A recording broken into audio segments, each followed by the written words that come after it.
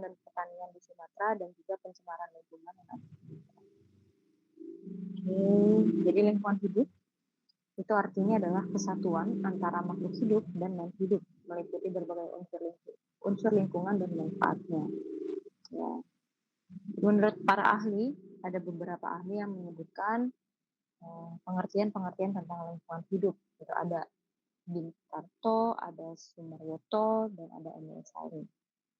Di mana di sini masing-masing menyebutkan bahwa lingkungan hidup adalah segala hal yang berada di sekitar kita, baik benda ataupun makhluk hidup yang terpengaruh oleh kegiatan yang dilakukan manusia. Kemudian ada juga yang menyebutkan bahwa lingkungan hidup adalah seluruh benda dan juga kondisi yang berada di dalam ruangan yang sedang kita tempati. Kemudian menurut Emil Saring, lingkungan hidup mengacu kepada semua benda, keadaan, kondisi, dan juga pengaruh yang berada di dalam ruangan yang sedang kita tinggali. Jadi menurut UU nomor 32 tahun 2009, lingkungan hidup itu adalah kesatuan ruang, semua benda, daya, keadaan, makhluk hidup termasuk manusia dan perilakunya yang mempengaruhi alam itu sendiri. Jadi untuk dari setiap pengertian yang disebutkan oleh para ahli, kesimpulannya lingkungan hidup itu adalah sebuah kesatuan yang meliputi berbagai makhluk hidup serta seluruh komponen di sekitarnya yang meliputi komponen fisik, kimia, sosial, dan budaya juga itu termasuk dalam lingkungan hidup. Nah, ini ada siklus lingkungan hidup di mana tanaman di permukaan itu dimakan oleh hewan, kotoran hewan diurai oleh bakteri, kemudian amonium dikonsumsi oleh tanaman. Nah, dengan bantuan matahari, air dan tanah, tanaman itu dapat bertumbuh. Jadi ini siklusnya dari lingkungan hidup. Nah, lingkungan hidup ini ada dibagi menjadi dua ya, ada ekologi lengkap dan sumber daya alam universal. Di mana secara karakter, ekologi lengkap itu berfungsi sebagai sistem alami tanpa intervensi manusia, di mana isinya adalah vegetasi, kemudian ada mikroorganisme, tanah, batuan, dan juga fenomena alam. Sementara kalau sumber daya alam universal, ini adalah fenomena fisik di mana tidak jelas batas-batasnya, kemudian terdiri dari unsur udara, air, iklim, energi, kemudian ada radiasi, ada muatan listrik, magnet, ya, dan juga unsur lingkungan ini tidak berasal dari aktivitas manusia. Gitu.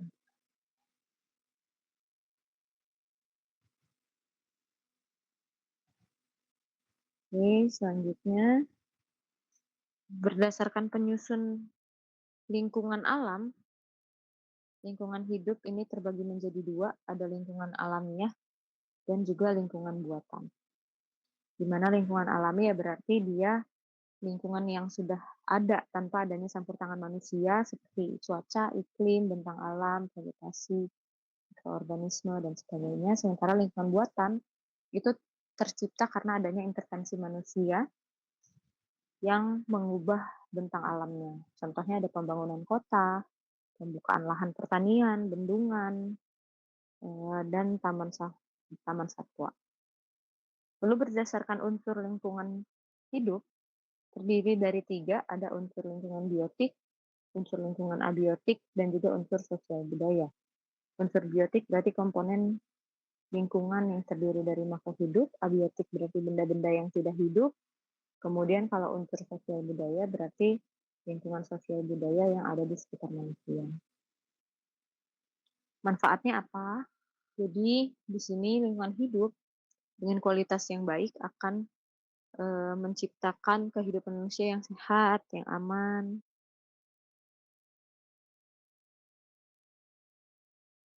dan juga sejahtera. Kualitas lingkungan hidup dikatakan baik apabila unsur hayati maupun unsur fisik itu mampu mendukung kehidupan manusia. Jadi ada ketersediaan sumber makanan, oksigen, dan juga obat-obatan, bisa memberikan manfaat untuk kesehatan. Lalu kita akan bahas tentang hutan dan lahan pertanian di Sumatera. Nah, ini dari tahun 2012 ya, hutan dan lahan pertanian di Sumatera itu semakin kritis. Apalagi semakin bertambahnya tahun ya, pasti sudah semakin banyak hutan yang juga mengalami penurunan. Di sini terjadi karena apa? Semakin meningkatnya alih fungsi lahan, kemudian izin untuk perkebunan sawit dan area pertambangan banyak diterbitkan gitu ya. Apalagi baru-baru ini sempat ada isu itu ya, isu terkait izin eh, pembukaan lahan sawit di Indonesia. Nah, ini ada mapping and monitoring deforestation dan penurunan hutan di Sumatera. Jadi ini dilakukan mapping dengan menggunakan Landsat Time Series data dari 1990 sampai 2010. Nah, di sini terlihat dari monitoringnya di daerah Aceh itu, ini terbagi-bagi ya jadi beberapa wilayah: Aceh, Sumatera Utara, Sumatera Barat, Bengkulu, Riau, Jambi, Sumatera Selatan, dan Lampung. Kemudian di sini terlihat berwarna hijau, itu adalah hutan lindung, ada hutan konservasi yang berwarna ungu, warna kuning adalah hutan biasa ya, hutan biasa, kemudian warna hijau muda itu adalah hutan yang uh, limited production, kemudian ada convertible production forest, dan ada yang warna abu-abu itu bukan daerah hutan, kemudian yang warna biru muda itu adalah air. Kalau kita lihat di sini, kebanyakan itu bukan daerah hutan yang terdapat di Pulau Sumatera. Begitu. Ini adalah rangkuman fungsi guna hutan di Sumatera. Ya. Dia menjelaskan tentang bagaimana penggunaan dari lahan hutan itu. Gitu.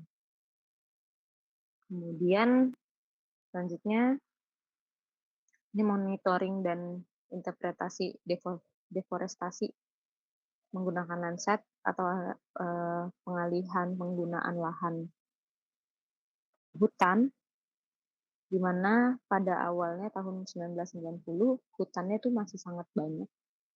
Sementara semakin ke tahun 2010 hutannya itu semakin berkurang. Ini hasil monitoring yang memperlihatkan deforestasi yang semakin meningkat dari tahun ke tahun. Deforestasi itu berarti penurunan penggunaan hutan ya.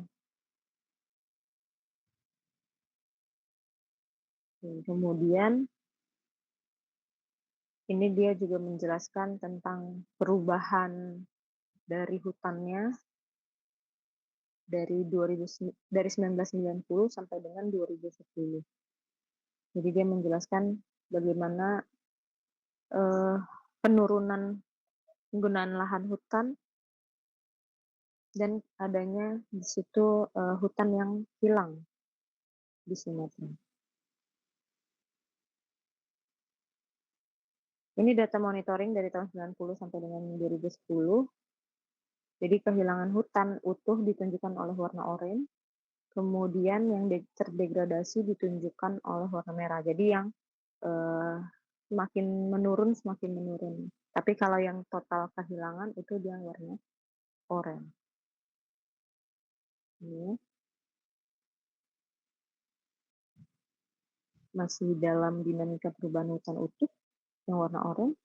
Ini yang warna merah, ini yang mengalami degradasi. Jadi cukup banyak ya hutan-hutan di Sumatera yang mengalami degradasi dan bahkan hilang. Begitu. Lalu ini kondisi hutan di setiap provinsi yang ada di Sumatera, di mana pada tahun 90 totalnya itu ada 21,5 daerah hutan ya.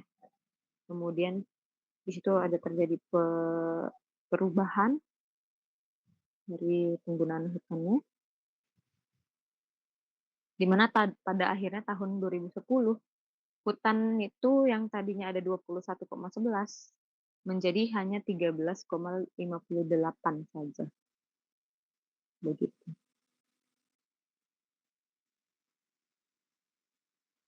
Nah, lalu pemicu perubahan tata guna hutan sepanjang waktu ini ditunjukkan pada tabel 5. Ya, jadi tabel ini menjelaskan bagaimana perubahan tata guna hutan itu monitoring ya. Ada yang digunakan sebagai tempat untuk pertanian, kemudian ada untuk karet dan juga kopi. Ya, kebanyakan untuk pertanian di sini ya, untuk lahan pertanian. Begitu. Kemudian ada pergantian programnya. Jadi yang dari pohon-pohon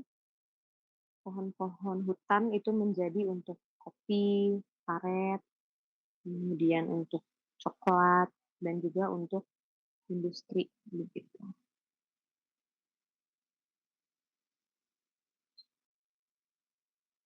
Bahkan di sini ada terjadi illegal logging yang menjadi penyebab utama dari degradasinya forest, degradasinya hutan.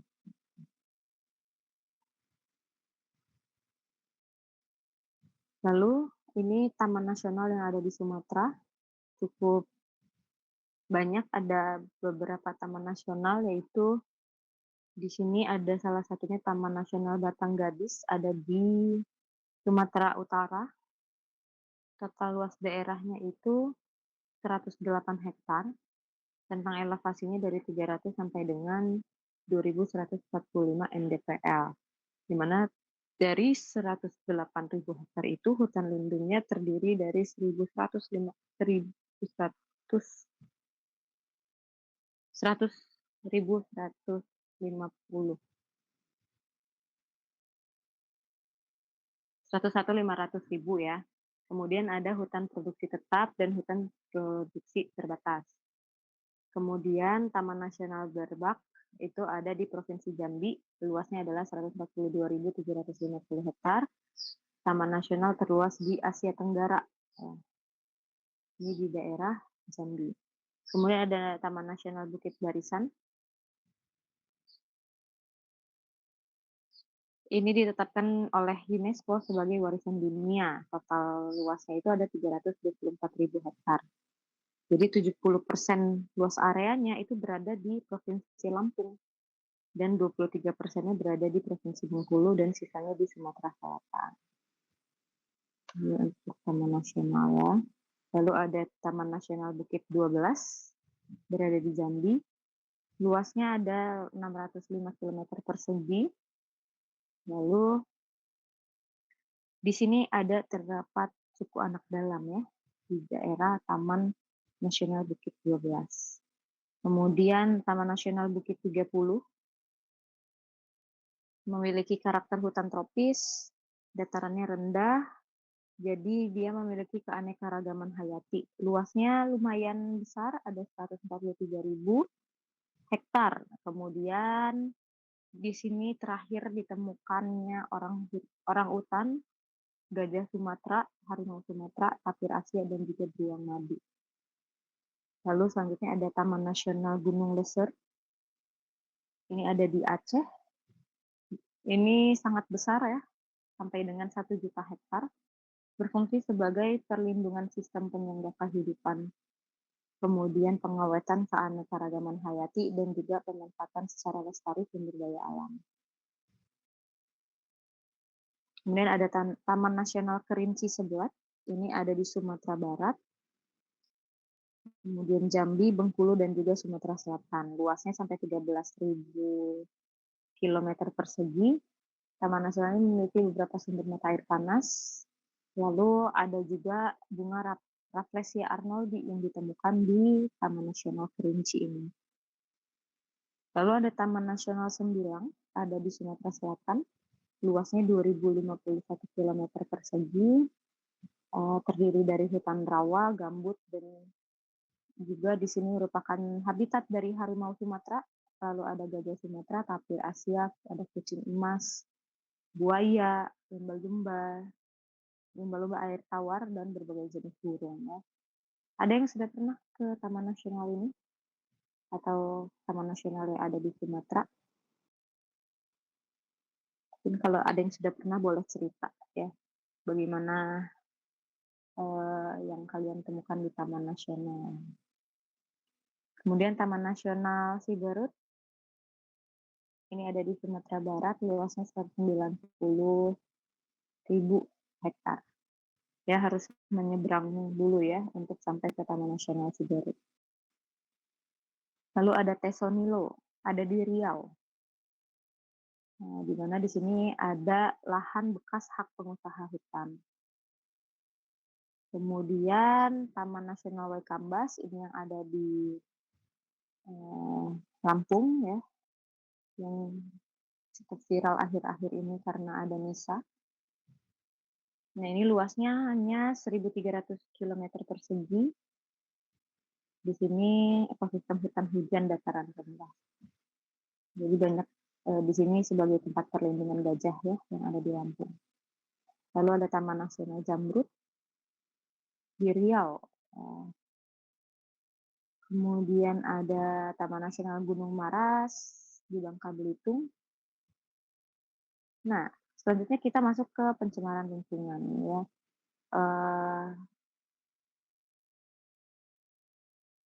Pemandangan seperti ini adalah pemandangan yang mungkin tidak asing gitu ya buat kita ya. Pasti kita sering melihatnya tidak hanya di laut ya, tapi juga tidak hanya di sungai laut, tapi juga di pinggir jalan ya. Di saat ada plang dilarang membuang sampah, justru disitulah banyak sampah. Miris sekali ya. Nah, pencemaran lingkungan menurut UU nomor 32 tahun 2009 tentang lingkungan hidup. Jadi masuk atau dimasukkannya makhluk hidup, zat, energi, dan atau komponen lain ke dalam lingkungan oleh kegiatan manusia sehingga melampaui baku mutu lingkungan hidup yang telah ditetapkan. Itu adalah pencemaran lingkungan. Di sini jenis-jenis pencemaran lingkungan ada pencemaran tanah, pencemaran udara, pencemaran air, dan juga masalah limbah B3. Nah, ini ya, jadi pencemaran tanah yang terjadi di mana bahan-bahan asing, baik bahan organik maupun anorganik, itu masuk dan mengubah lingkungan tanah alami. Ya, gitu. Kemudian pencemaran udara sudah pasti oleh karena bahan-bahan atau asing yang ke udara, sehingga menyebabkan perubahan susunan komposisi udara dari keadaan normal. Kemudian pencemaran air, ini yang sudah biasa terlihat juga. Jadi di sini akibat kegiatan manusia ya, yang membuang sampah baik organik maupun anorganik ke dalam air, baik itu sungai, laut, maupun danau. Lalu ada jenis pencemaran lingkungan ketiga, ini adalah pencemaran oleh bahan atau senyawa, baik padat, cair maupun gas yang berpotensi untuk merusak kesehatan manusia. Ya, karena sifat-sifat fisik dan kimia yang dimiliki oleh senyawa tersebut. Lalu solusinya bagaimana? Nah, ini sudah sangat lama sekali dianjurkan, yaitu reduce, reuse, dan recycle. Ya. Dari zaman saya masih sekolah, masih SMP ya, solusi ini reduce, reuse, recycle ini digaungkan, namun memang masih banyak masyarakat Indonesia yang kurang terbuka gitu ya, dan kurang memahami bagaimana melakukan reduce, reuse, dan recycle.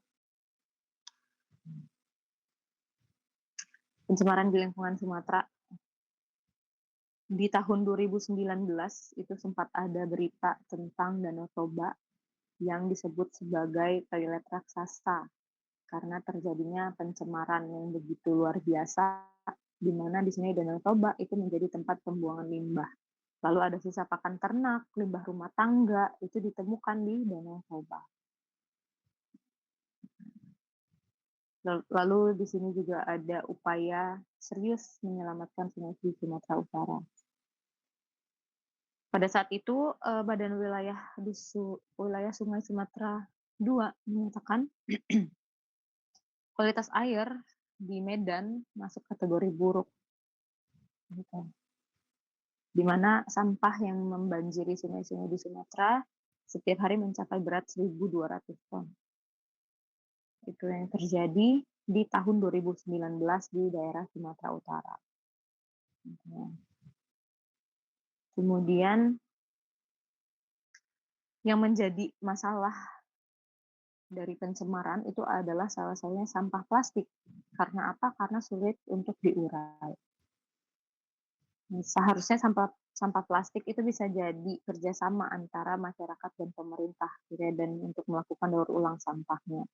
Tapi memang saya juga masih bertanya-tanya kenapa hingga saat ini masalah sampah ini masih belum teratasi, padahal sudah terjadi bertahun-tahun, gitu ya. Ini penerapan metode geofisika untuk kita bisa melakukan identifikasi pencemaran lingkungan. Salah satunya adalah menggunakan high density resistivity method in organic pollution. Ya. Jadi ini survei untuk air tanah dan juga tanah, ya, menggunakan high density resistivity.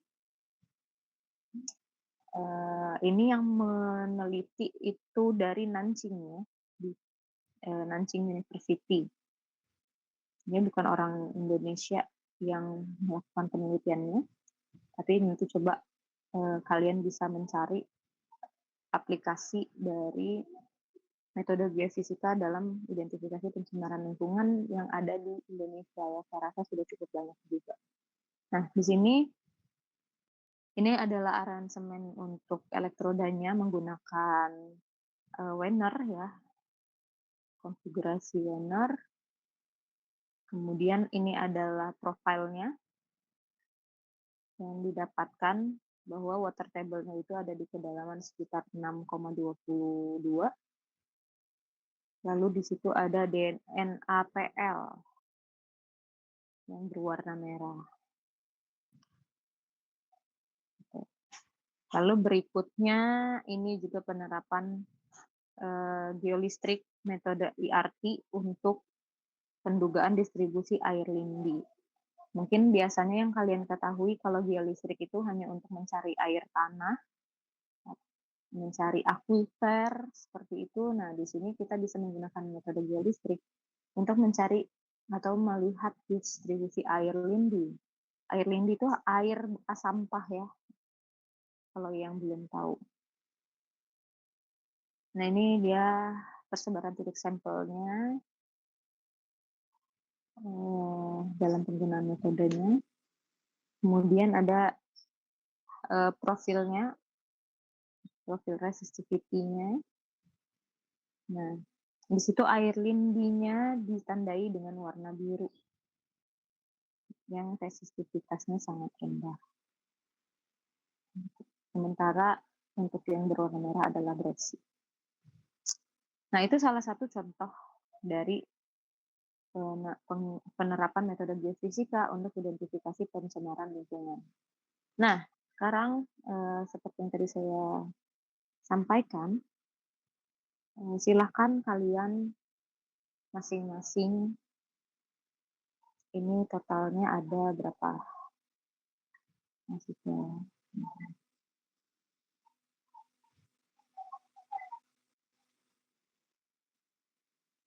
totalnya ada 36 mahasiswa.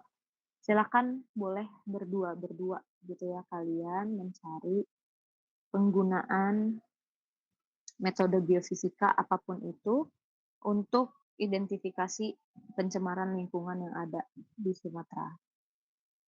Ya, silakan dicari, kemudian nanti dibuat resumnya dari report tersebut. begitu. Oke, ada yang mau ditanyakan terkait materi kita hari ini? Silahkan.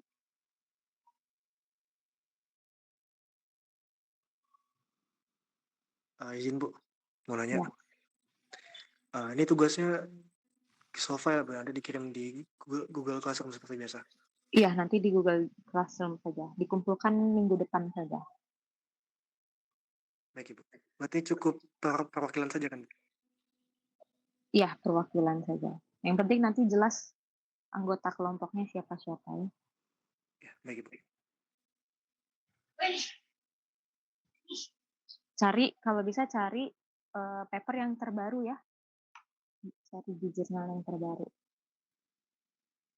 Untuk kita sama-sama mengetahui terkait pencemaran lingkungan yang terjadi di Sumatera ataupun di Indonesia dan penggunaan geofisika untuk daerah lingkungan. Begitu. Oke, ada lagi pertanyaan? Silakan. Silakan diatur sendiri saja ya untuk kelompoknya.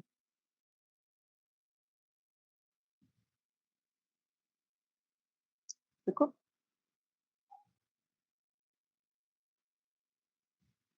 Oke, kalau begitu cukup sekian untuk materi kita hari ini. Kita masih untuk minggu depan itu kita libur ya, tanggal 19. Ya, tanggal 19 kita libur, jadi nanti kita ketemu lagi. Ini pertemuan ke 6 ya. Kita ketemu lagi tanggal 2 April,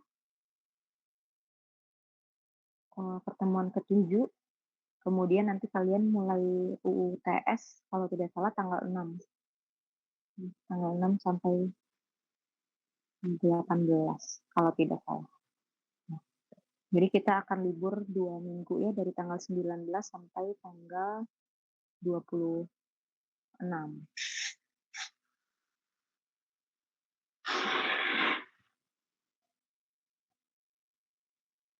Oke, terima kasih semuanya.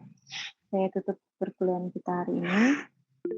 Selamat siang, selamat melanjutkan aktivitas. Ya, Indriani.